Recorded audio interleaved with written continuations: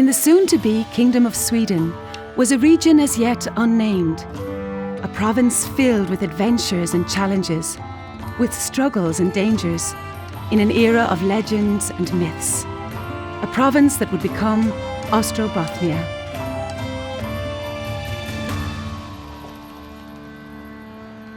This is the story of the pirates at Korsholm Castle.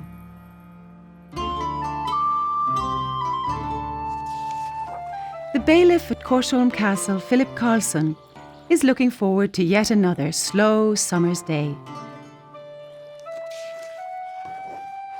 But the latest tidings from the outside world have him worried. He's heard terrible stories about German rovers marauding across the Baltic Sea. Quarrels threaten here as well. Knut Boson has just reached maturity and now demands the inheritance of his father, Bo Jonsson Grip, who owned large parts of Finland as well as Sweden. But the crown won't return these willingly.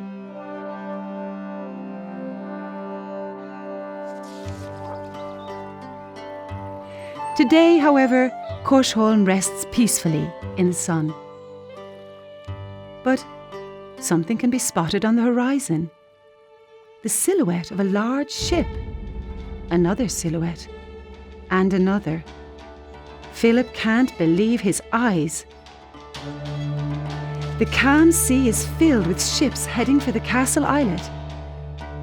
They're followed by a host of smaller boats.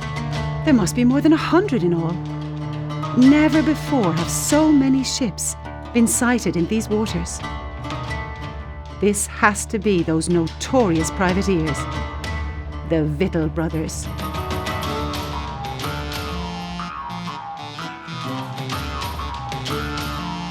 Philip orders the guards at the castle gate to remain at their posts. Terrified, they still obey. Philip realizes there's nothing he can do to defend Korsholm. The wooden castle is no fortress, and he has far too few men. A smaller boat anchors outside the islet.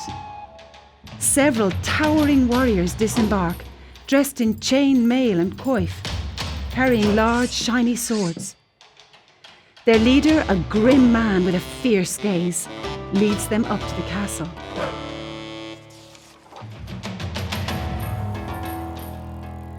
Philip has run out of options.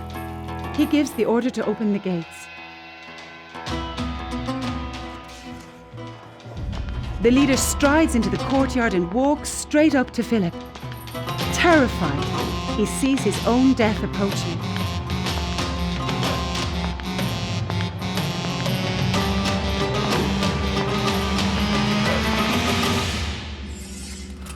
The man puts his sword in its scabbard, a sign that he is not looking for a fight. Relief washes over Philip. The man explains that his name is Otto von Pekatel. Philip has heard of him. He is a warrior from Mecklenburg, a well-known Victual brother. His fleet is sailing on orders of Knut Boson Grip, who wants his inheritance after his father Bo. Otto claims that Knut is the rightful owner of the castle. After a brief consideration, Philip hands over the castle and rides off.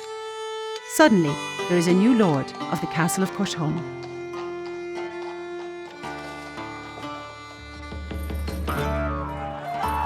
These are merry days for Otto and his men.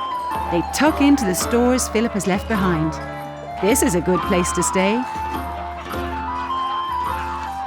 Most of the Victual Brothers board their ships again after a short while.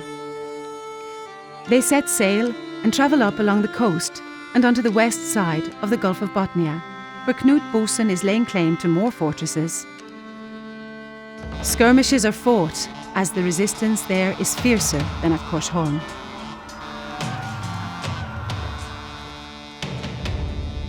Two years pass. Otto learns that Queen Margareta has made peace with the Victual Brothers.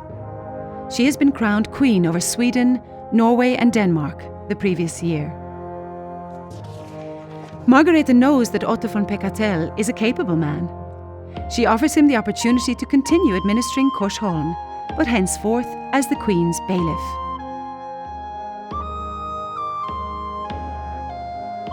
Otte accepts. He likes it here, and many of his men have settled down in the area. This is their home now. They've learned how to farm the land and how to fish, and they've started families too. This is where they want to stay. None of them wants to return to the life of a pirate.